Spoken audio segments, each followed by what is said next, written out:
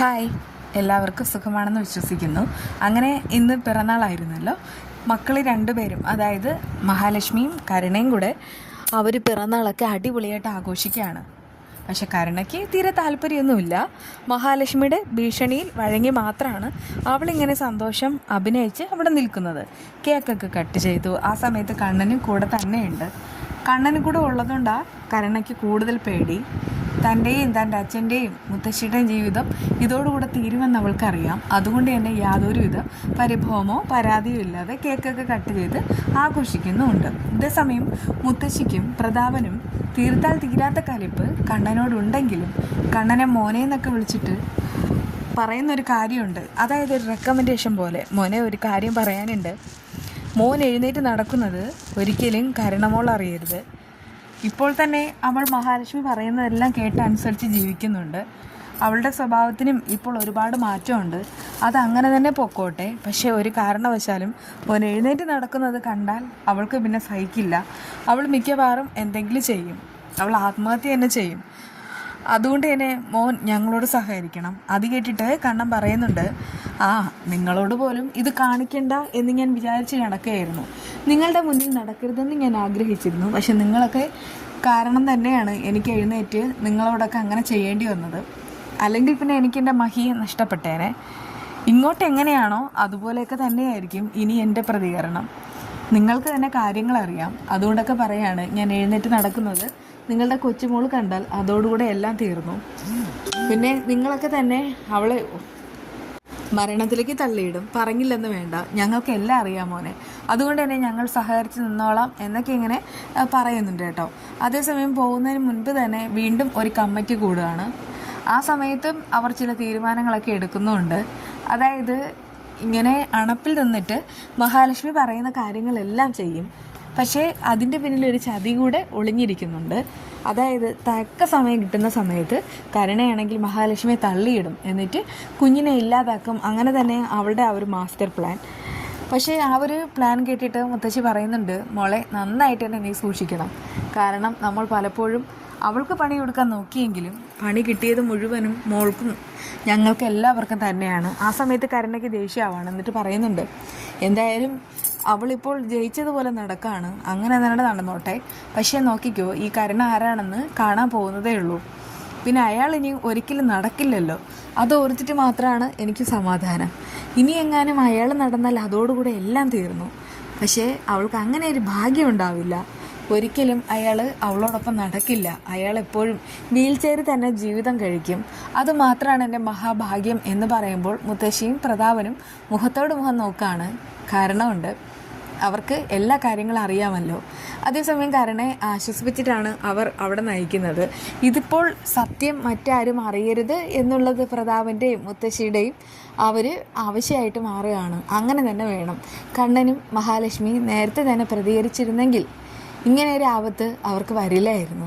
എന്തായാലും ഇതിപ്പോൾ പ്രതാപൻ ആകെ പെട്ടതുപോലെ നിൽക്കുകയാണ്. മുത്തശ്ശിയോട് പറയുന്നുണ്ട്, ഇനിയിപ്പോൾ കണ്ണനും മഹാലക്ഷ്മിയും പറയുന്നത് അനുസരിക്കുക എന്നല്ലാതെ നമുക്കിനി ഒന്നും ചെയ്യാനായിട്ട് കഴിയില്ലല്ലോ എന്നും.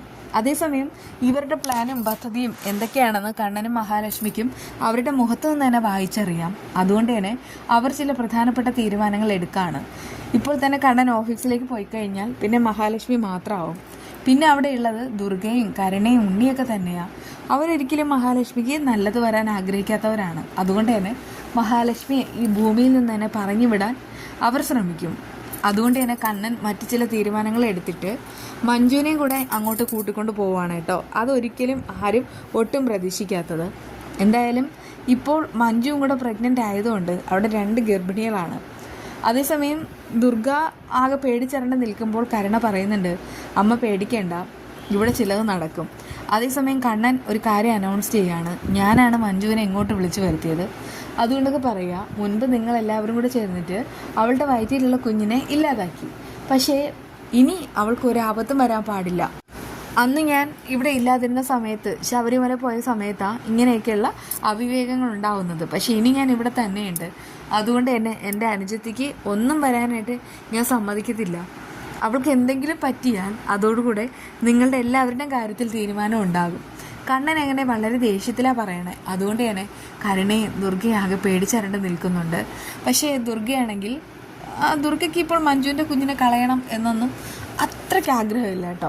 പക്ഷെ കരുണയാണ് എല്ലാറ്റിനും കാരണക്കാരി. പ്രത്യേകിച്ച് അവൾക്കാണെങ്കിൽ ഒരു കുഞ്ഞ് ജനിക്കുന്നതുമില്ല, അതിൻ്റേതായിട്ടുള്ള ദേഷ്യവും എല്ലാം ഉണ്ട്. അതിനിടയ്ക്ക് അവൾ ദുർഗയോട് പറയാണ്, ഇത്തവണ മഞ്ജുവിൻ്റെ വയറ്റിലുള്ള കുഞ്ഞ് പോകില്ല, അതോർത്ത് അമ്മ പേടിക്കേണ്ട. ഇപ്പോൾ നോക്കിക്കോ, മഹാലക്ഷ്മിയുടെ വയറ്റിലുള്ള കുഞ്ഞിനെയാണ് ഇല്ലാതാക്കാൻ പോകുന്നത്. അത് കേട്ട് ദുർഗ പറയാണ്, അവൾക്ക് ഏതാണ്ട് മാസം തികയാറായിരിക്കുക, ഇനി നമുക്ക് എന്ത് ചെയ്യാനായിട്ട് കഴിയും? അവിടെയാണ് അമ്മയ്ക്ക് തെറ്റിയത്. ഇനിയാണ് നമുക്ക് പലതും ചെയ്യാനായിട്ട് കഴിയുന്നത്. അവളെ ഒന്ന് ചെറുതായിട്ട് തള്ളിയിട്ടാൽ മതി, അവൾ വീഴും. അതോടുകൂടെ 2 ശല്യങ്ങളാണ് തീരാൻ പോകുന്നത്. ആ സമയത്ത് ദുർഗ പറയുന്നുണ്ട്, പക്ഷെ മഞ്ജു ഉള്ളതുകൊണ്ട് നമുക്കൊന്നും തന്നെ ചെയ്യാനായിട്ട് കഴിയില്ല. മഞ്ജു പണ്ടത്തെ പോലെയുള്ള ആളല്ല. അവളിപ്പോൾ മഹാലക്ഷ്മിക്ക് വേണ്ടിയിട്ടാണ് എല്ലാ കാര്യങ്ങളും ചെയ്യുന്നത്. അതുകൊണ്ട് തന്നെ നമ്മൾ അവളെ പേടിക്കണം. അപ്പോഴേക്കും കരുണ പറയുന്നുണ്ട്, അമ്മ പേടിക്കണ്ട, ഇവിടെ നോക്കിക്കോ, ഞാൻ തന്നെയായിരിക്കും ജയിക്കാനായിട്ട് പോകുന്നത്. ഇതുവരെ ഞാൻ നിങ്ങൾക്ക് ഒന്നിനും ഉത്തരം തന്നിട്ടില്ല. മഹാലക്ഷ്മി പറയുന്നത് പോലെ എല്ലാ കാര്യങ്ങളും ചെയ്ത് ഞാൻ വീട്ടുജോലിയും ചെയ്ത് മര്യാദയ്ക്ക് തന്നെയാണ് ഇവിടെ അടങ്ങിക്കഴിയുന്നത്. അതിനും ഒരു കാരണമുണ്ട്. പക്ഷെ ആ കാരണം എനിക്കിപ്പോൾ പ്രത്യേകിച്ച് പറയാനൊന്നും കഴിയില്ല. പക്ഷേ ഇതിനെല്ലാറ്റിനും ഒരു അറുതി വരണമെന്ന് അമ്മയും ഉണ്ണിയേട്ടനും ഞാനും ആഗ്രഹിക്കുന്നുണ്ട്. അതിനാണെങ്കിൽ നോക്കിക്കോ, ഇന്നു മുതൽ ഞാൻ പ്രവർത്തനം തുടങ്ങും. ഇന്നു മുതൽ മഹാലക്ഷ്മിയുടെ അന്ത്യം ഞാൻ കുറിക്കും എന്നൊക്കെ ഇങ്ങനെ പറയുന്നുണ്ട് കേട്ടോ. ആ സമയത്ത് അത് കേട്ട് ദുർഗ ചോദിക്കുകയാണ്, മോളെ എന്തെങ്കിലും നടക്കുമെന്ന്. ഉറപ്പായിട്ടും നടക്കുമെന്നൊക്കെ വാക്കും കൊടുക്കുന്നു. പക്ഷെ മഞ്ജു രണ്ടും കൽപ്പിച്ച് തന്നെയാണ് വന്നിട്ടുള്ളത്. ആ സമയത്ത് ഞാൻ കരുണയോടും ദുർഗയോടും പറയുന്നുണ്ട്, മുൻപ് നടന്ന കാര്യങ്ങൾ എന്തൊക്കെയാണെന്ന് കണ്ടിട്ട് പറഞ്ഞു കഴിഞ്ഞു. ഇനിയും അത് ആവർത്തിക്കാനാണ് നിങ്ങളുടെയൊക്കെ ശ്രമമെങ്കിൽ ഇനി ഞാൻ കൈയും കെട്ടി നോക്കിയിരിക്കില്ല. ഏട്ടത്തിയുടെ വയറ്റിലുള്ള കുഞ്ഞിനോ ഒന്നും സംഭവിക്കാൻ പാടില്ല. അതുപോലെ തന്നെയാണ് എൻ്റെ കുഞ്ഞിനും. എന്തെങ്കിലുമൊക്കെ സംഭവിച്ചാൽ അതോടുകൂടെ നിങ്ങളുടെ കാര്യത്തിൽ തീരുമാനമാവും. കണ്ണേട്ട് നിങ്ങളെ ഇവിടെ നിറക്കി വിടുകയും ചെയ്യും. അതുകൊണ്ടൊക്കെ നിങ്ങൾക്ക് താമസിക്കാൻ മറ്റൊരിടം കണ്ടെത്തിയിട്ടായിരിക്കണം ഇനി വയ്യാവേലികളെല്ലാം വലിച്ചു കയറ്റി തലയിൽ വയ്ക്കേണ്ടത്. ആ സമയത്ത് ദുർഗയ്ക്ക് തൻ്റെ മകളോട് വലിയ ദേഷ്യമുണ്ട്. പക്ഷേ കണ്ണനാണെങ്കിൽ മഹാലക്ഷ്മിയെ മഞ്ജുവിനെ വിളിച്ചിട്ട് അവർക്ക് വ്യക്തമായിട്ടുള്ള ക്ലാസ്സുകൾ കൊടുക്കുന്നുമുണ്ട്.